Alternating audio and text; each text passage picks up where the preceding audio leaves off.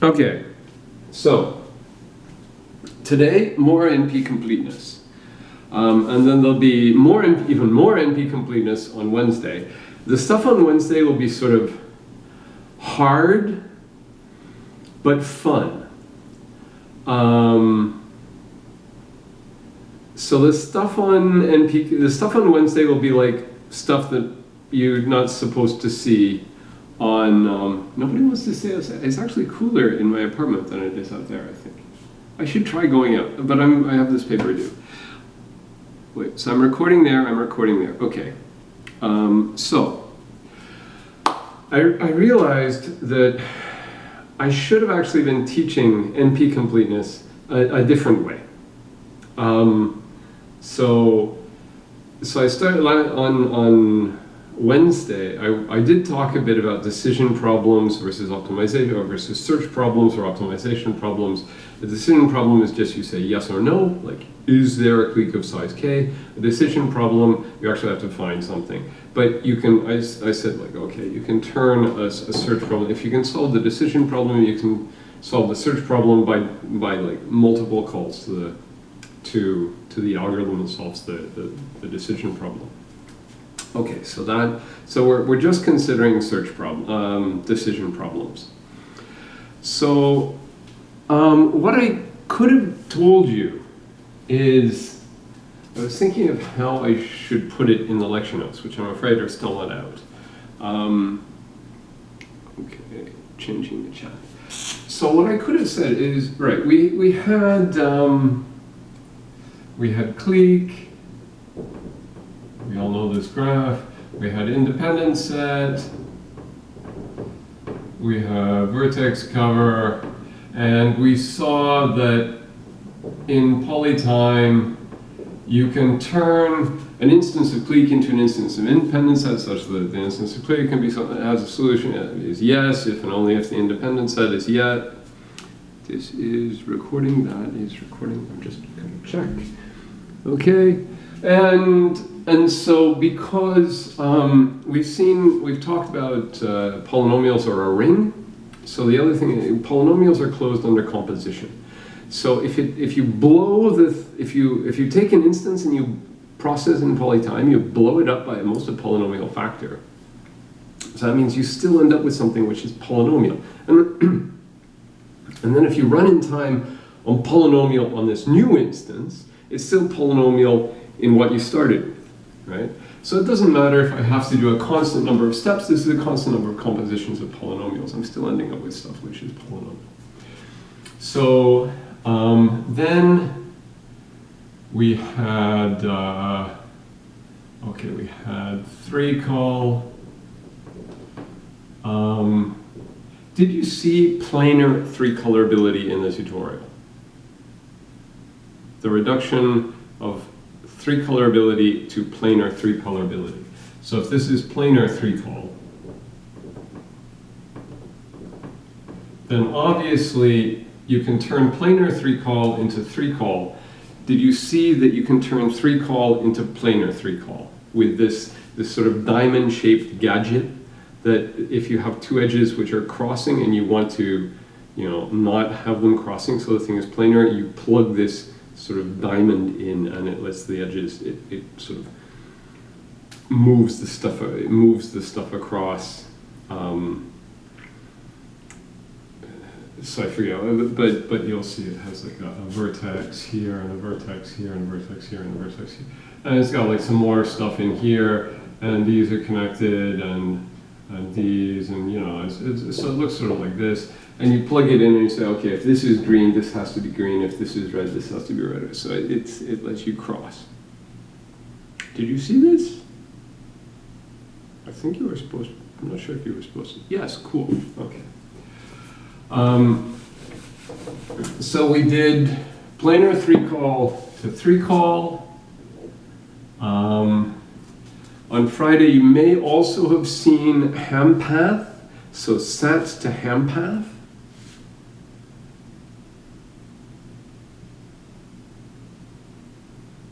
Maybe not. Okay, but it'll be in the lecture notes. So So there's this 3 sat. And on Wednesday, we saw that you could turn 3 sat into independent set. Normally you see 3 sat into clique, but it's just easier to draw if it's into independent set. So we also saw that you could turn, I guess, independent set into, well, you could, I think we maybe saw clique. You could turn clique into 3 sat. Right, so if somebody gives you an instance of clique, remember what you would do, actually, sorry, not into 3 sat. There's this other problem, sat. We did see clique into sat. Okay, so this is going to be key here. And I asked you to believe me that you can turn sat into 3 sat. Questions? Okay, so do you remember that we saw that you can turn clique into sat? That is, if somebody gives you a graph and says, does it have a clique of size k? You can write a formula such that the formula is true if and only if the graph has a clique of size k, and the formula basically says the graph has a clique of size k, right? So what you're going to have is, if you have a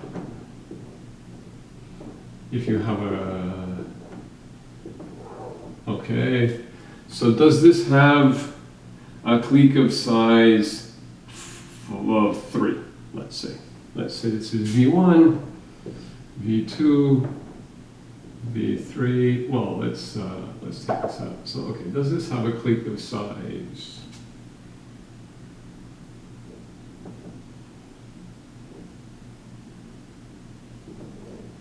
Does this have a clique of size 4? This 1, 2, 3, and this 1, 2, 3. Yes. So, okay. Does this have a clique of size 4? So what we're going to do is have this variable. We're going to have x1 says that v1 s1 x1 says v1 is in the clique. So this is how to think about it. It doesn't actually say anything like this, but so in general you say xi says vi is in the clique,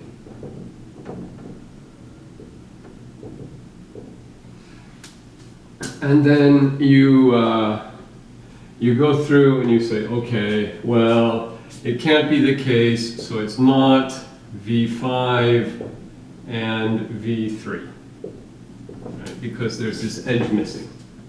So you say, okay, that's not true. So for each edge that's missing, you go through and you say, okay, the endpoints of these missing edges cannot both be in the clique. They can't both be true.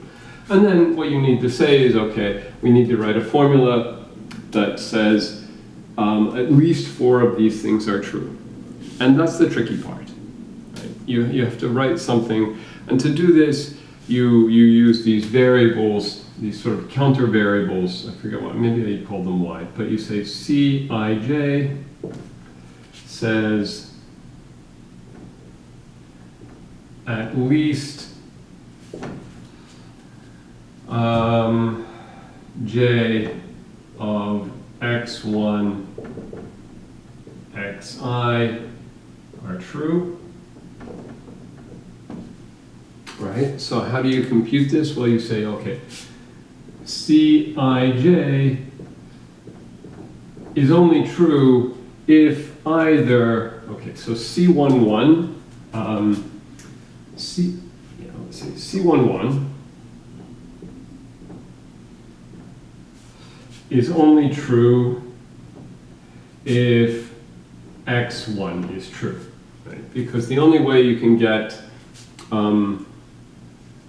at least one of things up to x1 is if this is true, and then Cij, you say, okay, and another one, C1,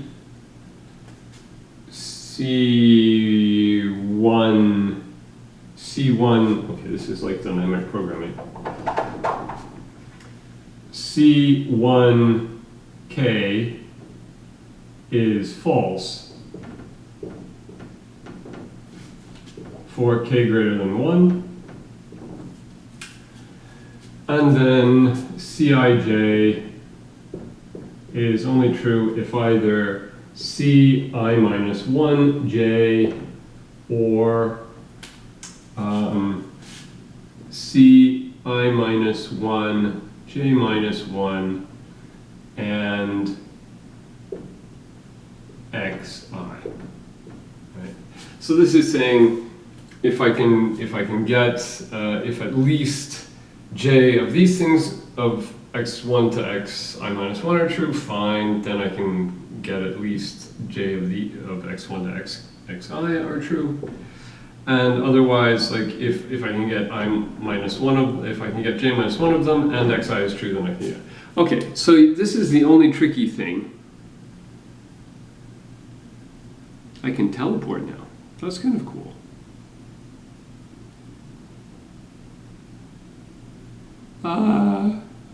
Superhero? I'm a lag. Oh, no, that came after, didn't come after he's an alien. It came after probably a freeze frame issue. It's probably my internet.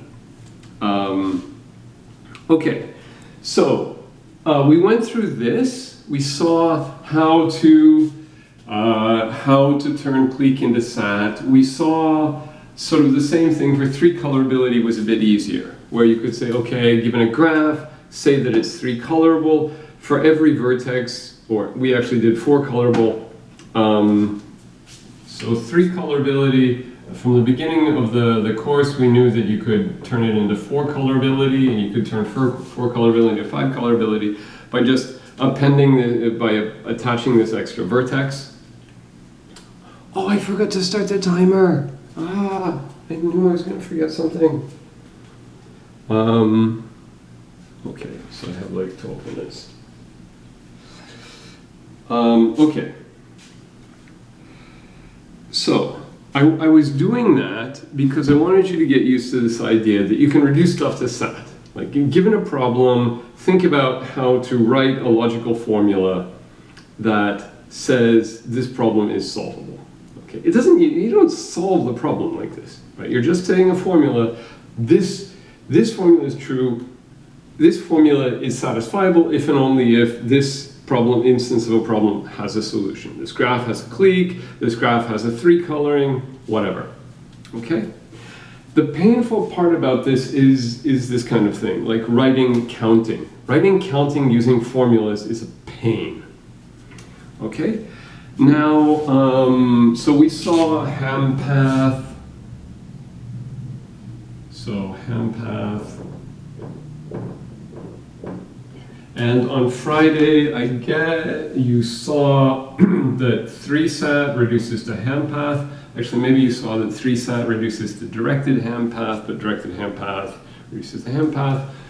And how would you do, okay, why did I draw this? Okay, because like if we actually wrote this out, you would get a formula, which I will do in the notes. You would get a formula that says that that's satisfiable if and only if this has a 4 clique, and we would actually see what the satisfying truth assignment which is x1 is true, x2 is true, x4 is true, x5 is true, and x3 is false. Okay, so ham path. How would you write a formula? Okay, how would you write a formula that says this graph has a Hamiltonian path? Well, what you would do, you would use lots of variables, and you would say, okay, if there is a Hamiltonian path, so this means you get to start somewhere, and you walk around and you visit all the vertices, and you get to end somewhere else. Okay? Anybody still here? 16. Oh, that's not bad. Okay, so does anybody want to suggest okay, for the sake of time, I'm going to tell you how to do this. But this is the kind of thing that could show up on the next midterm or something like that. Actually, I sort of know what's going to be on the next. I haven't figured out exactly what's going to be on the next midterm, so this might show up. Okay, so what you would do is you come up with an x with a variable xij. So this variable xij says we visit vi as the jth vertex. So I'm going to say it's a walk. You start somewhere, you walk around, you visit all the vertices, and you finish. So it's the xi should be true if we visit vi as the jth vertex in the walk. Right? So we're going to have a big, how many of these things are we going to have? We're going to have like quadratically many of these xij's. Right? For every I from 1 to n, and from every j from 1 to n, you have an xij. So x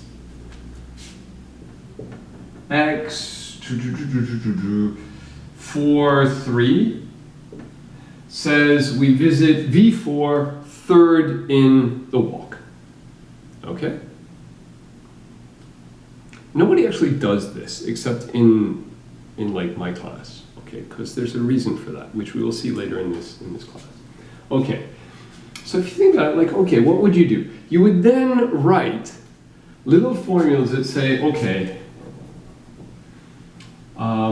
x not xij and xij prime for j not equal j prime. Okay, so you just go through and say, okay, if I visit it jth, I don't visit it another time. Okay, it's a Hamiltonian path. I go around and I only go around once. Okay, you also write little things that say, okay, not xi, j, and xi prime, j. For I not prime not equal I. Okay, and this is saying if I visit vertex v4 third, then I'm not also visiting vertex v2 third, right? And then you have to have like little statements that say, okay, somebody gets visit. You have to say, okay, of all these guys, either v1 1 or v2 1, or you have to visit every vertex at least exactly once. So like, okay, either I visit vertex 1 first, or vertex 1 is second, or vertex 1 is third, or vertex 1 is fourth. And you do that for all the vertices. And you also say, okay, and then you also have a big or that says somebody has to be visited third. Right? So you have all this stuff, and maybe you can simplify it a bit, but you have all these formulas. How many? Polynomially many. So you write this big formula, and you think about it like, yeah, okay, that is going to be true, that's going to be satisfiable, sorry, not true, that's going to be satisfiable if and only if there's a way to pick these, to set some of these xij's true and some of the xij's false, such that you would actually have a Hamiltonian path. So you would take the statement of the problem, the Hamiltonian path problem, that says, okay, you're going to visit each vertex, you're only going to visit it once, so you're going to visit it's going to be a walk of n vertices. You know, every step in the walk you have to be somewhere. You only go there once, blah, blah, blah, blah, blah. Oh, and the other thing, the key thing is you say if xij and yeah, okay. So you say not xij and xi prime j plus 1 for all of the edges that are missing. Okay, so for all of the pairs, I cannot go from V5 to V3. So if I'm visiting V5 second, then I'm not visiting V3 third. So for each of the missing edges, you go through and you say, okay, if you're visiting this one at I, then you're not visiting any of the things it's not adjacent to on the I plus first, in the I plus first position in the walk. Okay. Do you see how to write? You take this description and you're like, yeah, I did it. I could type it in, blah blah blah. People, anybody? You see this? You believe me? You could do this? Maybe. Okay. So we believe that ham path also reduces to sat. Okay? Now, considering just search problems, this stuff, oh yeah, 3 colorability, 3 sat, we turned 3 sat into 3 colorability. You remember I had that little gadget and and we said, okay, we had like true and false and base, and then we sort of built little circuits out of vertices and edges, and so we reduced 3 sat to 3 colorability so that given a formula, we drew a graph such that the graph had a 3 coloring if and only if the formula was satisfiable. The 3 sats formula was satisfiable. And you can do the same thing. You can take you can take 4 colorability and reduce it to sat. Okay, so, and that's just writing out this, every vertex has to be one of 4 colors. It's only one of the 4 colors, and for every edge, it's not true that the endpoints are the same colors. Blah, blah, blah. So this gets a bit wordy, but you could do this, right? It's fairly, like all of these problems, like if I asked you on an exam or something to write a formula that says vertex cover, given an instance of vertex cover, a graph and a size k, and it's like, does this have a vertex cover of size k? You could write a formula that's satisfiable if and only if that graph had a vertex cover of size at most k, right? Again, you have to go through this annoying thing of saying the vertex cover has size at most k. How do you have to do this like annoying counting thing. But you could do this. So that was sort of on Wednesday. Now, okay, remember, for every step you take, you're possibly blowing stuff up by polynomial factor, but polynomials composed of polynomials in a constant time, it doesn't, in a constant number of compositions, it doesn't matter. So all of these things can be turned into each other in polynomial time. So that means if one of them has a polynomial time solution, they all do.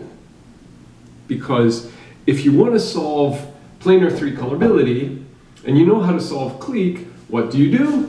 Well, planar 3 colorability is 3 colorability. Well, you could turn it into 4 colorability. You could turn it into a sat instance. And then, well, I haven't told you how to do this, but you could turn sat into a 3 sat instance, and then you could turn 3 sat into an independent sat, and then you can easily turn independent sat into clique. Okay, so this thing gets polynomially bigger, so you slow the thing down. But if you have a polynomial algorithm for clique, it means you can solve any of these things, because they're all connected. You can get from any vertex to any other vertex. This is NP completeness, okay? If a problem is a vertex, now there are lots of other things where you can get from this graph, you can get from anywhere to anywhere else. There are a lot of other vertices, all these NP complete problems, and they're all sort of equivalent. You see that if you could solve one of them, you could solve all of them. If you can't solve one of them, you can't solve any of them in polynomial time. Oh, by the way, this is super cool. At STOCK, the Symposium on Theory of Computing last week, it's the 50th birthday of P versus NP. So Cook did this in 1971. And I forget if it was at STOCK or it used to be called SWAT, Switching and Automata Theory. which is now actually a different conference called SWAT, but now it's called SWAT. What was SWAT is now called Fox. Start. Okay, resetting this.